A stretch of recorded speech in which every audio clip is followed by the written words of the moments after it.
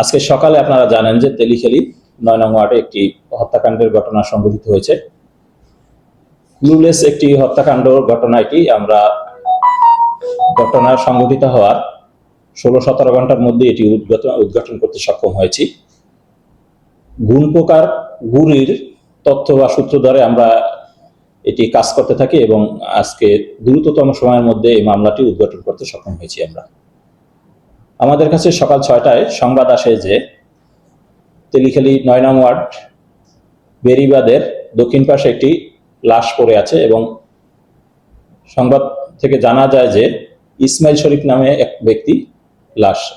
এটি আমি সহ আমার টিম দ্রুত ঘটনাস্থলে আমরা যাই এবং সেখানে গিয়ে ঘটনাস্থল দ্রুত পরিদর্শন করি এবং লাশের সুরতহাল রিপোর্ট তৈরি করে ময়নাতদন্তের জন্য আমরা প্রেরণ করি। আমরা প্রাথমিকভাবে জিজ্ঞাসাবাদের জন্য ডিসিস্ট বা মৃতের স্ত্রী শেফালি বেগম এবং তার ৩ ছেলে রুবেল শরীফ, তারপর রুমান শরীফ এবং রাসেল শরীফকে আমরা থানায় নিয়ে আসি। তাদেরকে ব্যাপক জিজ্ঞাসাবাদ চলে, কিন্তু তারা কোনো কিছুই স্বীকার করতে থাকে না। আমরা তারপরও চেষ্টা চালিয়ে যেতে থাকি। এক পর্যায়ে আমরা ঘটনাস্থল থেকে ডিসিস্টের যে ছবিগুলো তোলা ছিল সেই ছবিগুলো নিবিড়ভাবে দেখার পরে একটা জিনিস খেয়াল করি যে লাশটা তার মাথা এখান থেকে পিছন থেকে থেতলানো ছিল এবং ভারী কোনো বস্তু দ্বারা আঘাত করা হয়েছিল এবং তার লাশের মাথার উপরে কিছু গুণ প্রকার যে গুড়ি যেটা থাকে, কাঠের যে গুড়িটা থাকে, সেই গুড়ি কানে এবং মাথার চুলের মধ্যে আছে।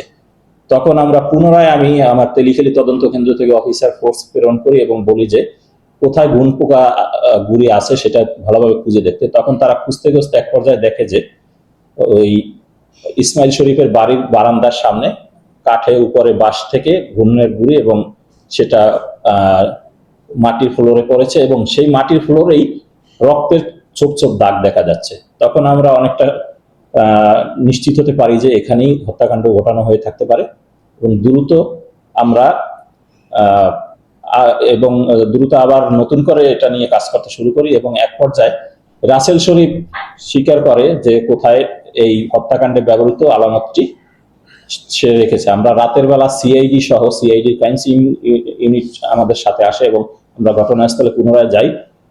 রাতের বেলা আমরা ঘটনাস্থল পরিদর্শন করি এবং রাসেল শরীফের দেখানো মতে আমরা ওই ভারী বস্তু যেটা একটা কুড়াল ছিল সেই কুড়ালটা উদ্ধার করি এবং কুড়ালটায় কিন্তু রক্তমাখা ছিল এবং ওই যখন আঘাত করার চেষ্টা করে তখন উপরে বাঁশের সাথে বেঁধে ওই বাঁশটা ভেঙে ওখান থেকে গুণ পোকার গুড়ি পড়ে এবং ডিসিস্টের মাথার উপর সেই গুণের গুড়িগুলো পড়ে এবং এই কুড়ালের মাথায়ও কিছু গুণের গুড়ি ছিল এবং ফ্লোরেও সেই গুণের গুড়ি পড়ে।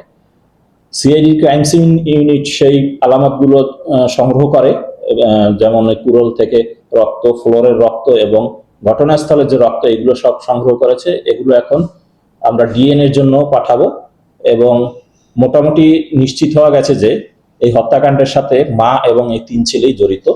আমরা তাদের কাছ থেকে এখন আরো জিজ্ঞাসাবাদ করব। জিজ্ঞাসাবাদ করার পরে পুনরায় তাদের মুখ থেকে আমরা বিষয়গুলো বের করে আনার চেষ্টা করব এবং এ বিষয়ে একটি হত্যা মামলা রুজু হবে, আজকে রাতেই হবে এবং আমরা আলামতগুলো জব্দ করতে পেরেছি। আলামতগুলোর মধ্যে রক্তমাখা কুড়াল, তারপরে আপনার এই যে শেফালি বেগম যে মৃতের স্ত্রী, তার শাড়িতেও কিছু রক্ত এখন আমরা দেখলাম পাওয়া গেছে। সিআইডি ক্রাইমস ইউনিট সেই রক্তের আলামতও তারা সংগ্রহ করেছে। এগুলো ডিএনএ স্যাম্পল সংগ্রহ করে ডিএনএ টেস্ট করা হবে। মোটামুটি খুব দ্রুততম সময়ের মধ্যে আমরা মামলাটা উদ্ঘাটন করতে সক্ষম হয়েছি এবং অপরাধীদের আইনের আওতায় আমরা আনতে সক্ষম হব। ধন্যবাদ সবাইকে। মামলার বাদী ইসমাইল শরীফের ছোট ভাইকে আমরা বাদী করবো এখানে। তাকে সে এখন আছে, সে এজাহার দিচ্ছে, আমরা তার এজাহারের ভিত্তিতে মামলা নেব। তার নাম জয়নাল শরীফ। তার বয়স 50-এর একটু বেশি হতে হবে। হ্যাঁ, এই কয়জনই হবে এবং আরো আসলে জিজ্ঞাসাবাদের পরে কেউ জড়িত আছে কিনা সেটা বেরিয়ে আসবে। প্রাথমিক পর্যায়ে আমাদের কাছে এই 4 জন জড়িত আছে বলে আমাদেরকে মনে হচ্ছে।